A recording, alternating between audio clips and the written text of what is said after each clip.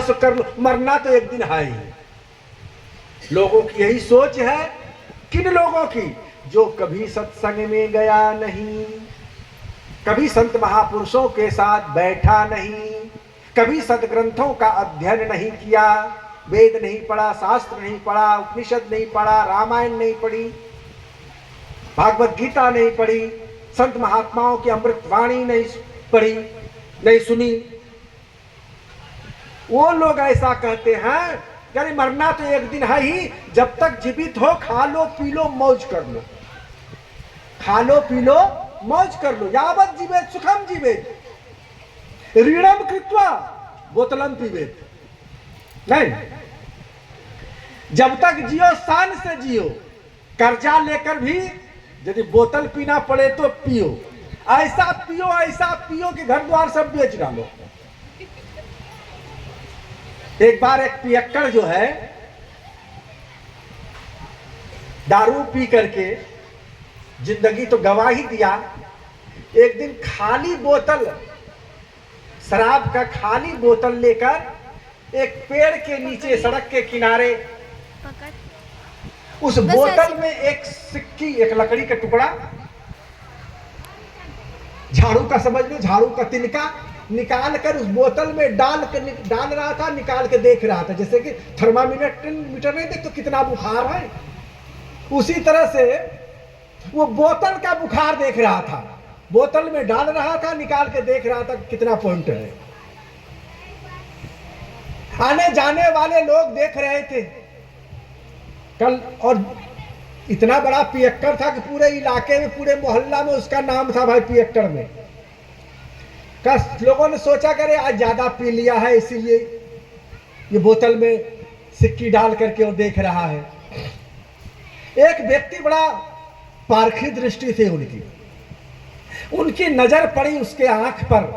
कहा नहीं, ये बंदा आज पिया नहीं है, ये बंदा आज पिया नहीं है, इस बोतल में सिक्की डालकर निकाल कर देख रहा है, इसका कुछ विशेष मतलब जरूर है। उसने जाकर पूछा, अरे भैया क्या कर रहे हो, आज कुछ ज्यादा ले लिए हो क्या, बेहोश हो गए हो क्या? कहा नहीं भैया, आज ही तो होश आया है। क्या कहा? आज ही तो होश आया है, आज तक तो मैं बेहोश था, मैं आज होशो हवास में इस बोतल की गहराई नाप रहा हूं कि इस बोतल मेरे बाप दादे का 45 एकड़ जमीन कैसे समा गया। क्या समझा? थपड़ी तो बजाओ ने एक बार जी।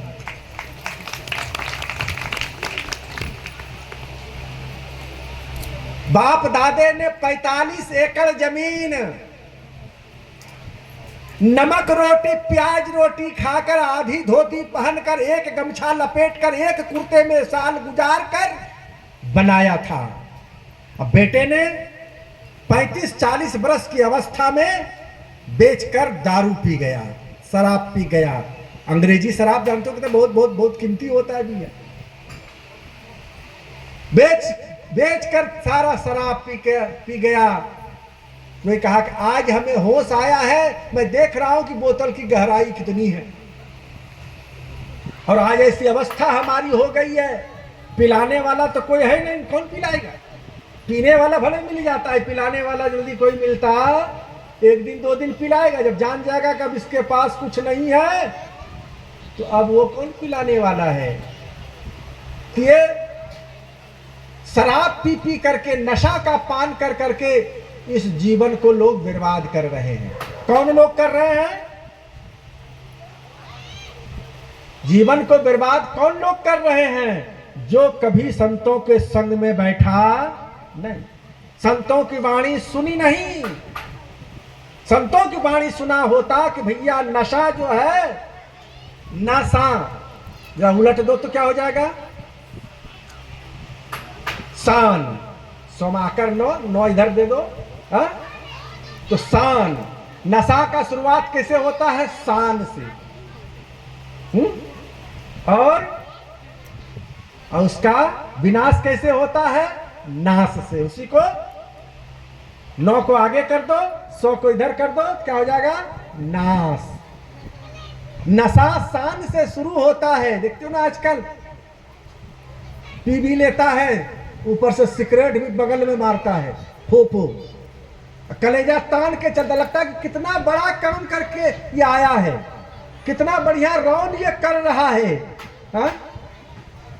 जिंदगी को नरक बना दे रहा है, शरीर को खोखला बना दे रहा है, जो भी कमा करके रखा है नशा में बर्बाद कर रहा है, और जो भी बचा रहेगा वो डॉक्टर के यहां जाएगा। जिंदगी भर कमा करके रखे हो, रोगग्रस्त शरीर बना करके फिर दवाई में डॉक्टर के यहां जाकर के उसको बर्बाद करोगे।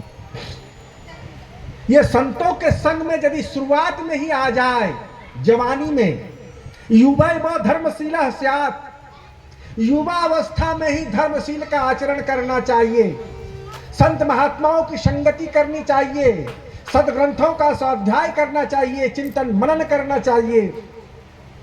क्यों? युवा अवस्था में यदि संग उसका अच्छा पड़ गया, मानव को जैसा संग मिले,